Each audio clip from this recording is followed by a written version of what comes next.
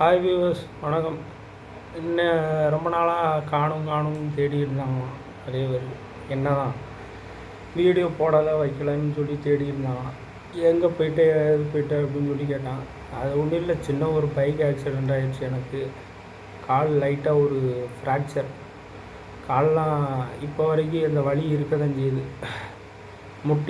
முட்டிக்கும் முழங்காலுக்கும் இடையில அடிச்சிச்சு. இதில் என்ன ஒரு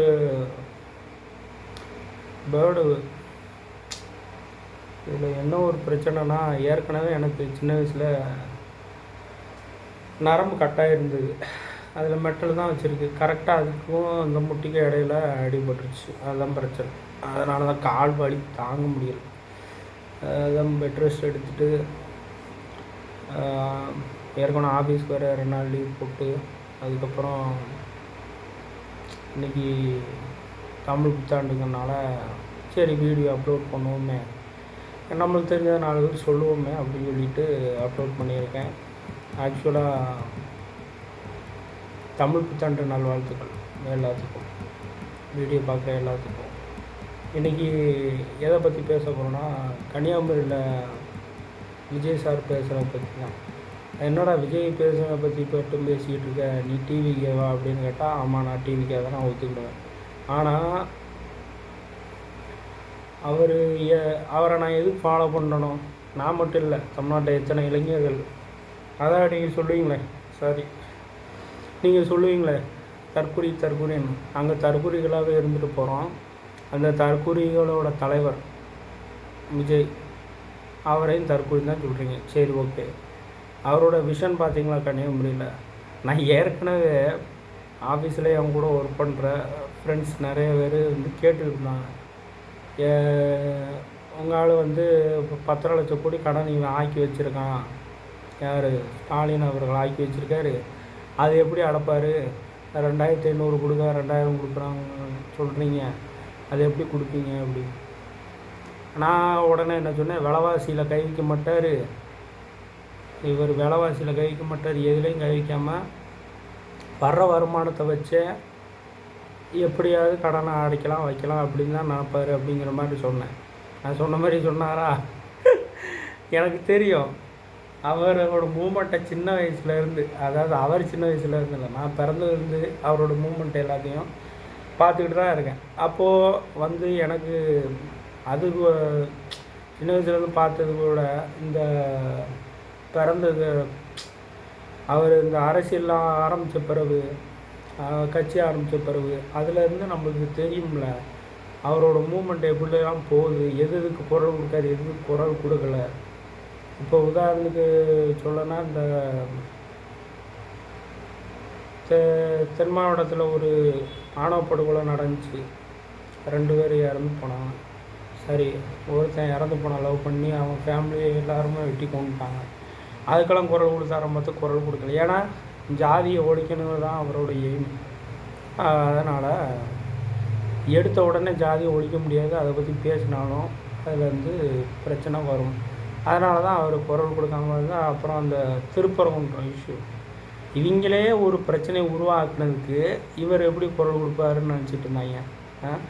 இவர் எப்படி குரல் கொடுப்பாருன்னு நினைக்கிறாங்க தான் நான் கேட்குறேன்.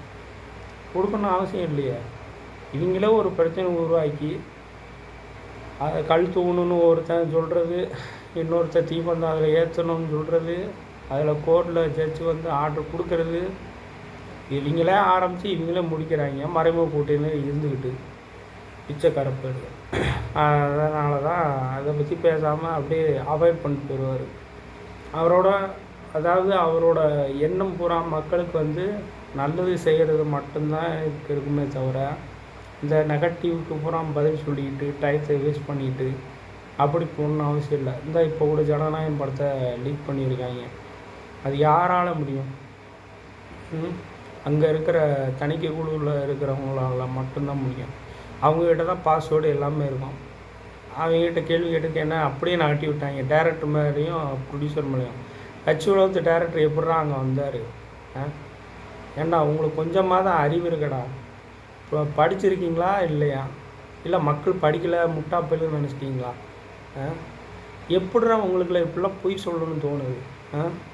தணிக்கை குழுவில் இருந்துக்கிட்டு நீங்களே அந்த படத்தை பார்க்குறேங்கிற பேரில், படத்தை பார்த்து பதில் சொல்கிறேங்கிற பேரில் நீங்களே வீடியோ எடுத்து அப்லோட் பண்ணிவிட்டு, உங்களுக்கு தெரிஞ்ச அந்த கைக்குடி ஆர்எஸ் முருகனா, sorry L Murugan, RS Murugan இப்போ டிவிக்கில் இருக்காது, எல் முருகன் அவர் தானே கேட்டு அவர்கிட்ட கொடுத்து லீக் பண்ண வச்சிட்டிங்க. லீக் பண்ண வச்சது எங்களுக்கும் சரி விஜய் சாருக்கும் சரி, அதை பற்றி கவலையே இல்லை. ஏன்னா அவர் அந்த படத்துக்கு சம்பளம் வாங்கிட்டார், அதோட பாதிக்கப்படுறது ப்ரொடியூசர் மட்டும்தான். நான் என்ன சொல்கிறேன்னா, லீக் பண்ணதுக்கு 2 பேரும் பிடிச்சிருக்காங்கன்னு சொல்கிறாங்க. அது எந்த அளவுக்கு உண்மைன்னு தெரில. அது பிடிச்சாங்களே இல்லை அவங்காளுகளானே தெரில. சரியா? இப்போது அதை விட்டுருவோம். நம்ம வந்து இந்த ஜனநாயகன் கன்னியாகுமரியில் பேசினார்ல, அவர் எதை பற்றி பேசினார், அதோட விஷயம் என்னன்னு பற்றி சொல்லுவோம். ஃபஸ்ட்டு எடுத்தோடனே ப்ரிவிலேஜ் கார்டு, ஒவ்வொரு குடும்பத்திற்கும் ஒரு ப்ரிவிலேஜ் கார்டு கொடுக்கப்படும். ஆதார் கார்டு மாதிரி அது. இப்போ நீங்கள் ஒரு ஆதார் கார்டு மாதிரி, ரேஷன் கார்டு மாதிரி இருக்கும் அது பார்க்க. அதாவது அதை எடுத்து கொடுத்துருவாங்க. கொடுத்துட்டா நீங்கள் வேறு எங்கேயுமே போக வேண்டாம்.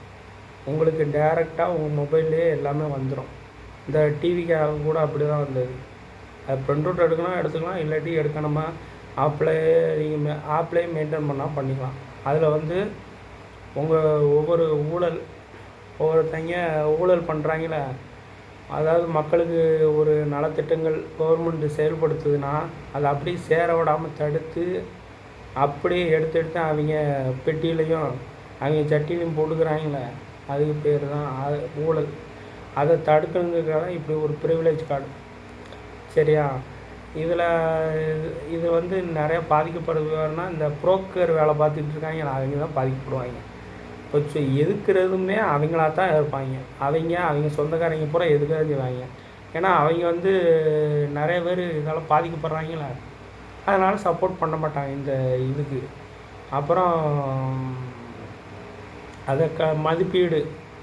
இப்போ நீங்கள் ஸ்விக்கி, சொமேட்டோ, ரேபிடோ அது இதெல்லாம் போகிறீங்கன்னா, எப்படி அவர் சாப்பாடு உங்களுக்கு எப்படி கொண்டு வந்தார், நல்லபடி கொண்டு வந்தாரா, டிஷர்ட் போட்டிருந்தாரா, நீட்டாக இருந்தாரா, பார்சல்லாம் நல்லா கொண்டு வந்து கொடுத்தாரா அப்படின்னு சொல்கிறதுக்கு ஒரு 5 ஸ்டார் ரேட்டிங் கொடுப்பீங்களா? அதே மாதிரி இப்போ ஒரு பாலம் கட்டுறாரு, வேலை திருச்சியில் ஒரு பாலம் கட்டி ஒரே நாள் மழையில் அடிச்சுட்டு போச்சுல, அந்த மாதிரி ஒரு பாலம் கட்டுறான்னு வைங்களேன்.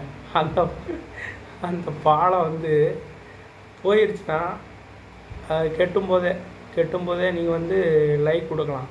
இதை வந்து இப்படி இவ்வளோ நாளில் கட்டியிருக்காங்க, எப்படி கட்ட முடியும், அதுக்கு நீங்கள் பதில் சொல்லலாம். அது நீங்கள் ஒரு பங்காளர்கள், உங்களே ஒரு அதாவது மக்களையும் ஒரு பங்காளர்களாக மாற்றணும் அப்படின்னு சொல்லி ஒரு மைண்ட் செட் இருக்குது பார்த்தீங்களா? அதாவது நாங்கள் இப்படி தான் கட்டுவோம், எங்களுக்கு இவ்வளோ கோடி செலவாகும். இப்போ 10 லட்சம் கோடினா நாங்கள் எக்ஸ்ட்ரா 20 லட்சம் ஆக்குவோம், அதில் நாங்கள் கமிஷன் எடுப்போம், அதெல்லாம் நீ எதுவுமே கேட்கக்கூடாது அப்படின்னு சொல்லிட்டு இது பண்ணுவாங்களா? அந்த மாதிரி தான் பண்ணாங்க. சரியா? அதை மாற்றணுங்கிறதுக்காக தான் இவர் இப்படி.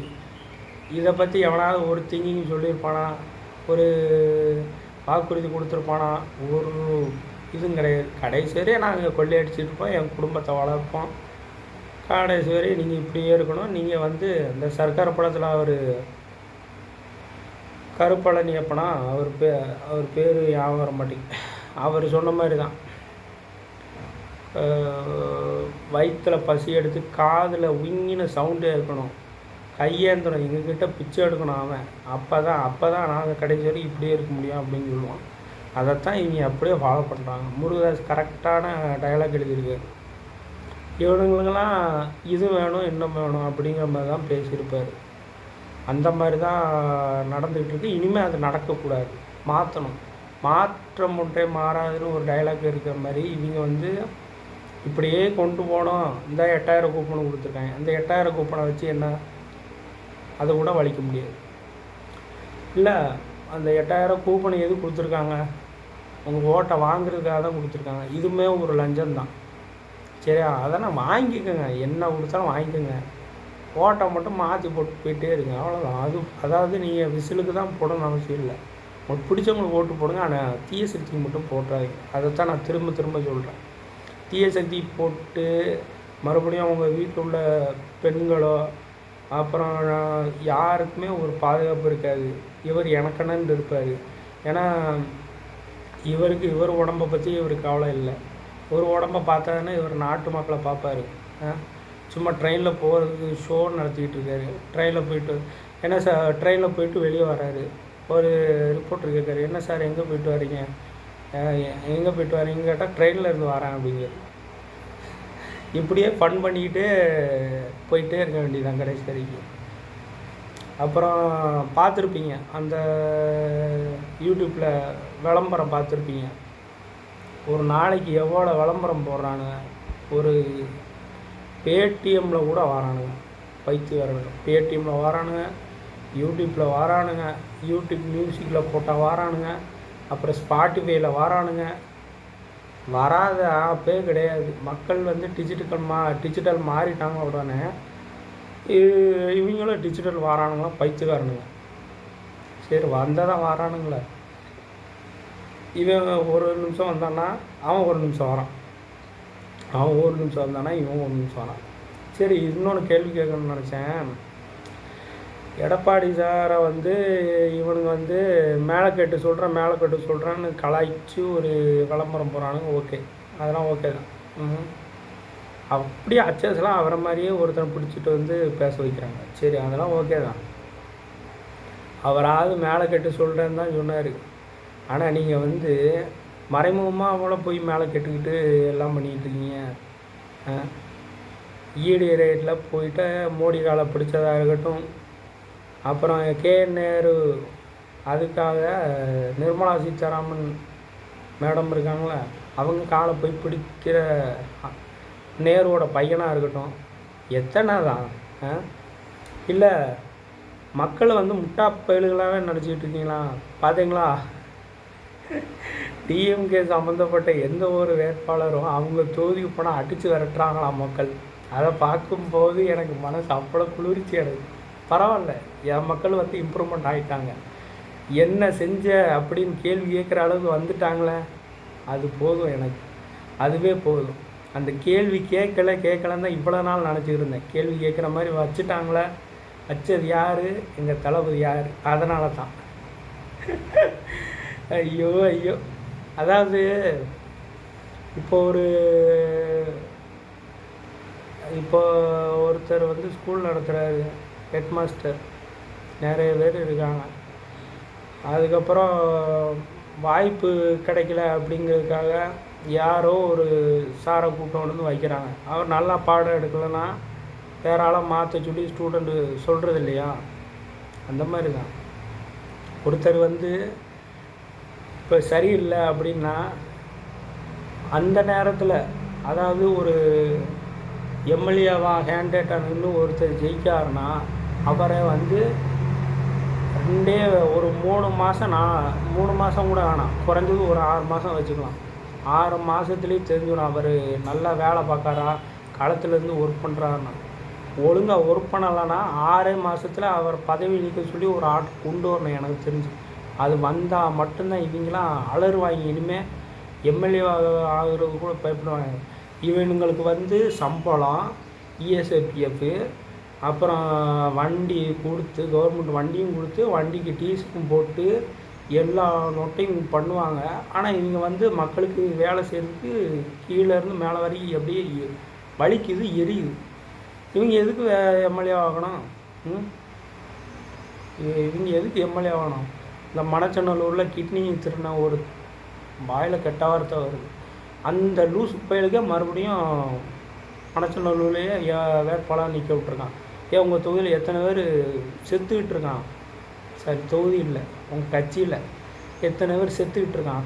ஏன் அப்போ இருந்து இப்போ வரைக்கும் வேலை பார்த்துட்டு இருக்கான்? ஏன் எவனையாவது நிற்க வைக்க வேண்டியதுன்னு உங்களுக்கு என்ன இந்த வேலையான்னு கேட்குறேன். ஒரு நல்ல வேட்பாளரை நிற்க வைக்கணும்னு ஒரு அறிவு இல்லை.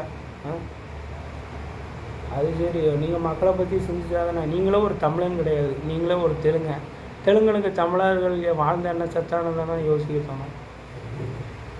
அதாவது அதுக்கப்புறம் அதை மறந்துட்டேன் பார்த்தீங்களா. அப்புறம் ஏஐசிட்டின்னு ஒன்று உருவாக்கி அதுக்கு ஒரு யூனிவர்சிட்டியாக ஆரம்பிப்பேன்னு சொன்னார். ஏஐ மூலமாகவே இது எல்லா தகவல்களும் வர வைக்கப்படும். அப்புறம் வர வைக்கும்போது ஏதாவது அதிகாரிகள் வந்து ஒரு பிரச்சனை, நீங்கள் ஒரு சொல்யூஷன் சொல்கிறீங்க, அதில் வந்து ஏதாவது லேட் பண்ணாங்கன்னா ஒரு அதிகாரிகள் அவங்கள வந்து பதவி நீக்கம் செய்யப்படும் அப்படின்னு சொல்லியிருக்காரு. முக்கால்வாசி கவர்மெண்ட் ஸ்டாஃப் ஓட்டு போட மாட்டாங்க. ஏன்னா முக்கால்வாசி பேர் ஊழல்வாதிகளாக தான் இருக்காங்க. இந்த ஊழல்வாதிகளை வளர்த்து விட்டு போல இந்த கட்சிக்காரங்க தான், இந்த 2 கட்சிக்காரங்க தான். அப்புறம் எப்படி இவங்க கவர்மெண்ட்டு சம்மந்தப்பட்டவங்க யார் நம்மளுக்கு சப்போர்ட் பண்ணுவா? மக்களாகவே நீங்கள் தான் முடிவெடுக்கணும். உங்கள் கையில் தான் இருக்குது. டிக்கெட் எடுத்துட்டிங்களா? டிக்கெட்டை எடுத்துடுங்க. 23ஆந்தேதி ஊருக்கு போகிறவங்களாம் டிக்கெட் எடுத்து வச்சுக்கோங்க, ஓட்டு போட்டு வாங்க. இவங்களுக்கெல்லாம் பயந்துக்கிட்டு நான் விசில் சின்னத்துக்கு ஓட்டு போட போகிறேன் யாராவது கேட்டாங்கன்னா, விசில் சின்னத்துக்கு ஓட்டு போட போகிறேன் அப்படின்னு சொன்னால் சத்தம் போடுவாங்களே, அடிப்பாங்களே எல்லாம் வச்சு பயப்படுவாங்க. துணிஞ்சு சொல்லுங்கள், நாங்கள் விசிலுக்கு தான் ஓட்டு போட போகிறோன்னு. சரியா? நமக்கு என்ன பயம்? இவங்கள தப்பு செய்கிற இவங்கள துணிச்சலாக இருக்கும்போது தப்பு செய்யாத மக்களுக்கு நல்லது மட்டும் நினைக்கிற நம்ம இதுக்கு பயப்படணும்னு கேட்குறேன். புரியுதா? அதனால் எதை பற்றி நீங்கள் கவலையே படாமல். அப்புறம் எப்பட்றா தூத்துக்குடி இல்லை எப்போ திருநெல்வேலியை திருநெல்வேலிக்கு தான் காலையில் வந்துட்டு போனார். நான் அன்றைக்கே வீடியோ போடணும்னு நினச்சேன். அன்றைக்கி ஒரு நாளைக்கு முன்னாடி தான் எனக்கு கால் ஃப்ராக்சர் ஆகிடுச்சு. எப்படி திருநெல்வேலியில் கூப்பிட்டு அவ்வளோ அழிச்சு அதுக்கு முடிச்சுட்டு மதியம் ரோட் ஷோ போகிறாரு தூத்துக்குடியில். திருநெல்வேலி விற்றுட்டாங்க தூத்துக்குடி பசங்க. அவ்வளோ கூப்பிட்டோம், எப்பா தாங்க முடியலடா சாமி. அறிஞர் அண்ணா இறந்தப்போ ஒரு ஊர்வலம் வந்திருக்கும். அந்த ஊர்வலம் இப்போ கூட யூடியூப்பில் யாராவது இருந்தால் பாருங்கள். அவர் இறந்ததுக்கு அவ்வளோ கூட்டம் வந்திருக்கும். அது கின்னஸ் ரெக்கார்ட்லாம் வந்துச்சு. அப்போ வந்த கூட்டம் மாதிரியே இப்போ இந்த தளபதிக்கு வந்துச்சு அவ்வளோ கூட்டம். இந்த கூட்டத்தை நான் பார்க்கவே இல்லைப்பா சாமி. இப்போ அவ்வளோ மக்கள் ஆதரவு இருக்கும்போது நீங்கள் எப்படி ஸ்டாலின் தொடரட்டும், தமிழ்நாடு விடியட்டும் அப்படின்னு எப்படி உங்களால் விளம்பரம் போட முடியுது? ஒரு விளம்பரத்துக்கே 30 லட்ச ரூபா ஒரு நாளைக்கு செலவு பண்ணுறானுங்க பார்த்துக்காங்க. அப்போ எவ்வளோ கோடி சேர்த்து வச்சுருப்பாங்க பாருங்கள். வீட்டில் கேட்டால் 70 லட்ச ரூபாய் எவ்வளோ இருக்குதுன்னு போட்டிருக்காரு. காரு பைக்கு எதுவுமே இல்லையா. அப்போ அந்த விளம்பரத்தில் இதுக்கு முன்னாடி போன மாதம் ஒரு விளம்பரம் காட்டும்போது காரு வெளியே நிற்கிற மாதிரி காட்டுச்சுல, அது என்ன கவர்மெண்ட் கார்? ஏண்டா எவங்க அதிலடா பூ சுற்றுறீங்க? ஆசையாவது மிகப்பெரிய பணக்காரங்க நீங்கள் தான்டா. அவ்வளோ கோடி சொத்தை ஊழல் பண்ணி சேர்த்து வச்சுருக்கீங்க.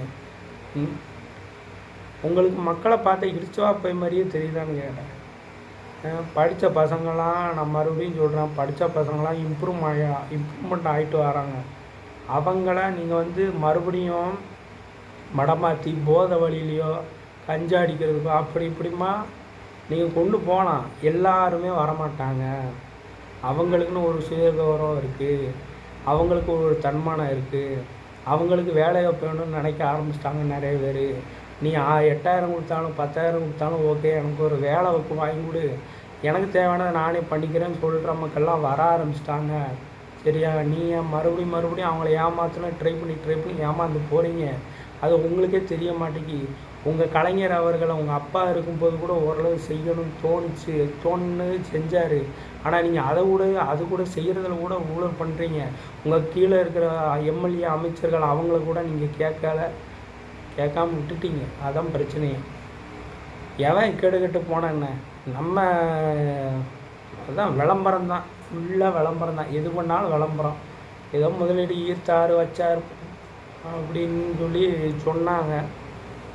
அது என்னத்தை ஈர்த்துட்டு வந்தாருன்னு அவருக்கு மட்டும்தான் தெரியும். சும்மா ஃபேமிலி போய் டூர் போயிட்டு வந்திருக்காரு. என்ன பண்ணுறது?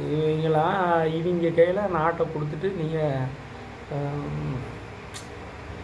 அதாவது டிவிக்கு நீங்கள் ஓட்டு போட்டு அவர் சிஎம் ஆனார்னா, விஜய் சிஎம் ஆனார்னா உங்களுக்கு மகளிருக்கு 2500, அப்புறம் மகளிர் வந்து அனைத்து பஸ்களும் கன்னியாகுமரியிலேருந்து சென்னை வரைக்கும் ஃப்ரீயாக போய்ட்டு வரலாம்.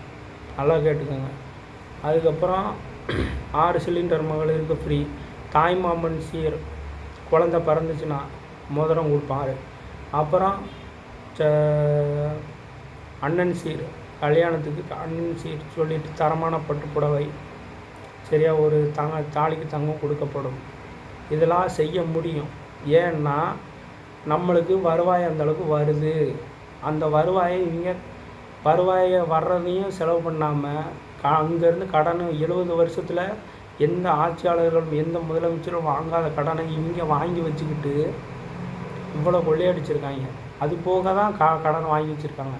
அதனால் இருக்கிறத விலைவாசி ஏற்றாமல் வர்ற வருமானத்தை வச்சு ரன் பண்ணி அந்த கடனே அடைக்க நம்மளால் முடியும்னு சொல்லி நம்ம விஜய் சொல்கிறாரு. அதனால தான் நான் விஜய் ஆதரிக்கிறதுக்கு மெயின் காரணம். சரியா?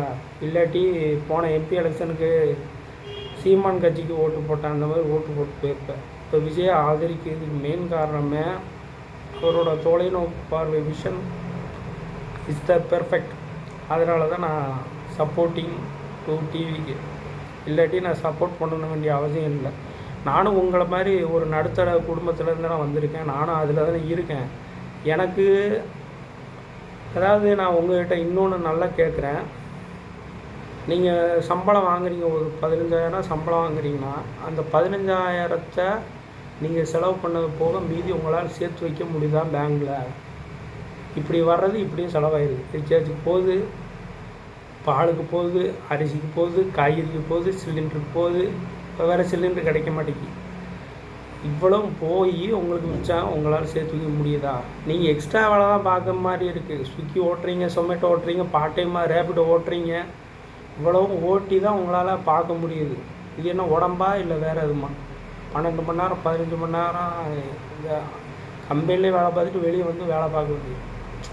எதுக்காக அதை சொல்கிறேன்னா, யோசிங்க. உங்களால் ஏதாவது ஒரு 10 காசு சேர்த்து வைக்க முடியுதா?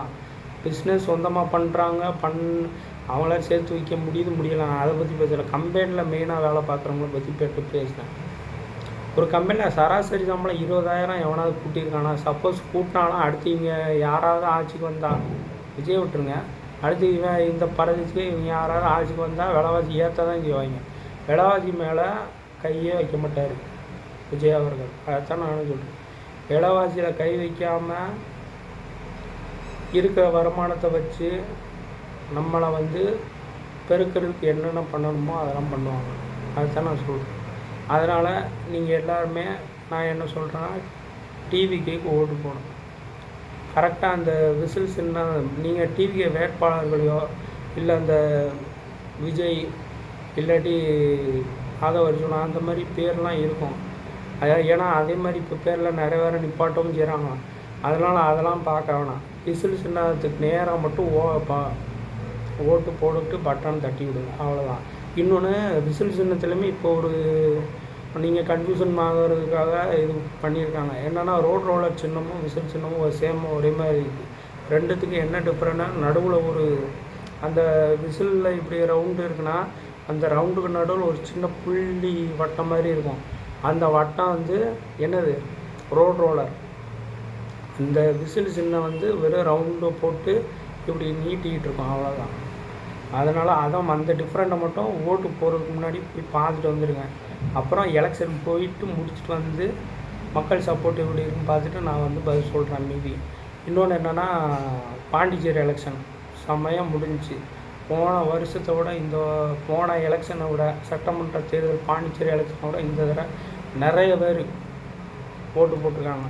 அதை பார்க்கும்போது மனசில் அவ்வளோ ஆனந்தமாக இருக்கும். அதே ஆனந்தம் இங்கே நடக்கும் நான் எதிர்பார்க்குறேன். பார்ப்போம், நல்லது நடக்கும். என்ன கொஞ்சம் லேட்டாக நடக்கும், அவ்வளோதான். அப்படின்னு ஒரு நம்பிக்கையான ஒரு இது வச்சுட்டு, அப்புறம் இன்னொன்று சொல்ல நினச்சேன். கொஞ்ச நாளைக்கு முன்னாடி ஒரு கடையில் சாப்பிட போனேன். அந்த கடையில் நமக்கு தெரிஞ்ச பையன்தான் ஒருத்தன், திருநெல்வேலிக்காரன். நான் அவன்கிட்ட கேட்டேன், என்னப்பா தம்பி ஓட்டு போட ஊருக்கு போகிறியா அப்படின்னு கேட்டேன். போகலண்ணே அப்படின்னு. ஏன்டா போகல? எலெக்ஷனுக்கு கடையில் லீவ் தானடா, போயிட்டு வர வேண்டியதுண்ணா அப்படின்னா.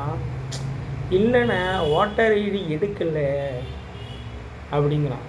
ஓட்டர் ஐடி எடுக்கலை, எங்கே போய்கிட்டு ஓட்டு போட்டுக்கிட்டு இன்னும் இந்த மைண்ட் செட்டில் நிறைய பேர் இருக்காங்க. ஓட்டு எதுக்கு போடுறோன்னு தெரியாமே இருக்காங்க. உங்களால் தான்டா இந்த பிச்சைக்கார பயிர்கள்லாம் இன்னும் முதலமைச்சர் ஆகிட்டு இருக்காங்க. நான் என்ன சொல்கிறேன், நீ வந்து ஓட்டு போடு, ஓட்டு போடாமல் போ, இல்லை வேறு ஏதாவது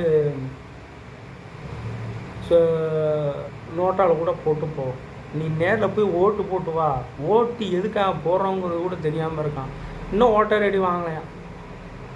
எஸ்ஏஆரில் உன் பேரை நீக்கியிருப்பாங்களே, நீ ஏன் அப்ளை பண்ணலை? அது பண்ணாமல் இருக்கணே.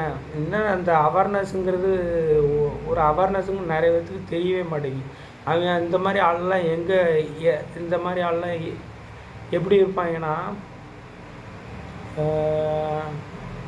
10th 12th முடிச்சுட்டு ஊரில் வேறு வேலை இல்லாமல், மேலே படிக்க வைக்க வசதி இல்லாமல், அப்படியே இந்த மாதிரி கடை வேலைக்கும் கொத்தனார் வேலைக்கு போகிறவங்க தான் இந்த மாதிரி மைண்ட் செட்டில் முக்கால்வாசி பேர் இருப்பாங்க. 18 வயசு ஆயிடுச்சுனாலும் ஓட்டர் ஐடி தயவுசெய்து வாங்கி வைங்கப்பா, சரியா? வாங்கி வச்சு உங்களுக்கு ஓட்டு போட விருப்பம் இல்லைனாலும், எவனுக்கும் ஓட்டு போட விருப்பம் இல்லைனாலும் நோட்டாலையாவது போய் ஓட்டை பதிவு பண்ணிட்டு வாங்க. அதைத்தான் நான் சொல்ல வரேன். இத்தனை ஓட்டு பர்சன்டேஜ் பதிவு ஆகுது, இத்தனை பேர் இருந்தால் தான் இந்த கள்ள ஓட்டுங்கிறது குறைக்கப்படும், இல்லாட்டி குறைக்கப்படாது, சரியா? இவங்க கள்ள ஓட்டுங்கிறது போன 21 சிஎம் எலெக்ஷனில் வந்து குளத்தூர்லேயும் சேப்பாக்கத்துலேயும் முக்கால்வாசி கள்ள ஓட்டு போட்டு தான் இவனுக்கு வந்து சிஎம் ஆகிருக்கான். இவன் டெப்டி சிஎம் ஆகிருக்கான், இல்லாட்டி ஆகிருக்க முடியாது, சரியா? அதனால் அவரோட விஷன் தெளிவாக இருக்குது எனக்கு தெரிஞ்சு. நீங்கள் அவரை நம்பலாம், அவருக்கு ஓட்டு போடுங்க. இல்லை கடைசி வரையும் நாங்கள் இப்படி தான் இருப்போம், இவங்க 70 வருஷமாக இவங்க தான் பிடுங்கிட்டு இருக்காங்கன்னா, அந்த பிடுங்கிட்டு இருக்கவங்களுக்கு ஓட்டு போடுங்க. கடைசி வரையும் நீங்கள் இப்படி தான் இருப்பீங்க. ஒரு வேலைவாய்ப்பு கிடைக்காது, ஒரு மயிரும் கிடைக்காது. கடைசி வரை நீங்கள் இப்படியே இருக்க வேண்டியதான். அதனால் நல்ல ஒரு முடிவு பண்ணிவிட்டு ஓட்டு போடுங்க. ஓட்டு போடுறதுக்கு முன்னாடி நம்ம ஒரு படவிட போடணும். இப்போ தாலிங்க, அதாவது இப்போ வந்து கல்யாணம் முடிக்க போகிறீங்க, தாலி கட்டுறீங்க. தாலி கட்டும்போது ஒரு சின்ன படப்பட போகிறோம் எல்லாத்துக்கும். இவளுக்கு தாலி கட்டும்போது இவன் நம்மளை நம்பி வரான். எனக்கு இருந்துச்சு, எனக்கு தாலி கட்டும்போதே நம்மளை நம்பி வராளே, இவ்வளோ கடைசி வரை நம்ம கண்காலம் காப்பாற்றணும் வைக்கணுங்கிற அந்த கட்டும்போதே ஒரு கை நடுக்கம் இருக்கும், பயம் வரும். அந்த பயம் வந்து அந்த பட்டனில் நீங்கள் கை வைக்கும்போது நீங்கள் நினைக்கணும், நம்ம ஒரு ஆளால் இந்த நாட்டோட தலையெழுத்தை மாறப்போகுது. அதனால் இனிமேல் நம்ம ஓட்டு போடுறது கரெக்டாக தெளிவாக போடணும். நல்ல ஆளை சூஸ் பண்ணணும்னு சொல்லி அந்த பூத்துக்குள்ளே போகிறதுக்கு முன்னாடியே நம்மளுக்கு படப்படப்படம் நெஞ்சு அடிக்கணும். எக்ஸாம்பிள் பேப்பரில் கை வைக்கும்போது எப்படி படப்படன்னு ஒவ்வொரு ஆக்ஷன்ஸ் இருக்கும், அந்த மாதிரி இருக்கணும். இருந்தால் தான் அது ஒரு நல்ல குடிமகனோட, இல்லாட்டி கடைசியில் இப்படி இருக்க வேண்டியதான். நல்லா யோசிங்க, சரியா? நிறைய பேர் டிவிக்கிலேருந்து டிஎம்கேக்கு பூந்துக்கிட்டே இருக்கட்டும். அவங்க இந்த மாதிரி இருக்கிறதுனால தான் அவருக்கு அவங்கள மாதிரி ஆள் யார், இந்த அஜிதாவா அஜந்தாவா அவள் பேரே தெரில, அப்புறம் இந்த பொய்ஸ்தேவி, அவங்களெல்லாம் பேக்ரவுண்ட் செக் பண்ணிட்டு தான் அவங்களுக்கெல்லாம் எந்த வாய்ப்புமே கொடுக்காம இருந்தார் நம்ம ஆள், சரியா? அவன் பேக்ரவுண்டில் பார்த்தா அவங்க சொந்தக்காரங்களோ இல்லை அண்ணன் தம்பி யாராவது ஒரு ஆள் டிஎம்கேல ஒரு இதாக சின்ன இதுலையாவது இருப்பாங்க. அதனால தான் நம்ம ஆளுக்கு எதுவுமே கொடுக்காமே வச்சுருந்தார், சரியா? அங்கேருந்து டைரெக்டாக நம்ம இதில் வந்தால் பிரச்சனை இல்லை. ஆனால் அவங்களுக்கு சொந்தக்காரங்க யாராவது ஒருத்தங்க இருந்தால் கண்டிப்பாக அவளை வந்து ஏதாவது மோட்டிவேட் பண்ணி இங்கே இருக்கும்போது கூப்பிட்டு போகிறதுக்கு வாய்ப்பு இருக்குது. அப்போது என்ன பண்ணணும், அவங்களுக்கு எந்த வாய்ப்பு கொடுக்காம இருந்தால் அதுலேயே மெயின் டென்ஷன் ஆகி கட்டுப்பாகி ஆட்டோமேட்டிக்காக எங்கே அலை போகிறதோ அங்கே போவாங்கன்னு ஒரு நம்பிக்கையை வச்சு தான் நம்மளால் விட்டு பிடிச்சாரு. அதேமாதிரி போனாலும் இந்த மாதிரி தான் நிறையா பச்சோந்திகளாக இருப்பாங்க. அதனால் அதை பற்றிலாம் நீங்கள் ஒரி பண்ணிக்கிறாங்க. உங்களோட விஷன் தெளிவாக இருக்கணும், தலைவரோட விஷன் தெளிவாக இருக்குது. நீங்கள் போய் ஓட்டு போடுங்க. இன்றைக்கி திருப்பூர் வரலாம், நல்ல ஜெகஜோதியாக இருக்கும் திருப்பூரில். நம்மளால் தான் போய் பார்க்க முடியாது. கால் வேறு ஃப்ராக்சர் ஆகிருக்கு, அதனால தான் நடக்கவும் முடியல. காலில் வீங்கியிருக்கு. இருந்தாலும் ஏன் நம்மளால் முடிஞ்ச 4 பேர் சொல்லுவோமேன்ட்டு தான். சரியா? அதனால் நல்லா திங்க் பண்ணி பொறுமையாக யோசித்து முடிவெடுத்து ஃபேமிலியில் கலந்துக்கிட்டு அப்புறம் போய் ஓட்டு போடுங்க. சரியா? சும்மா குருட்டா போவில் போய் ஓட்டு போட்டு எவனாவது சம்மந்தமே இல்லாதவனா செய்ய வைக்காதீங்க. அதுதான் நான் திரும்ப திரும்ப சொல்கிறேன். ஓகே, நல்லதே நடக்கும், நல்லதே நடக்கும், வெற்றி நிச்சயம் அப்படின்னு சொல்லிவிட்டு நான் இந்த வீடியோ முடிக்கிறேன். பாய்.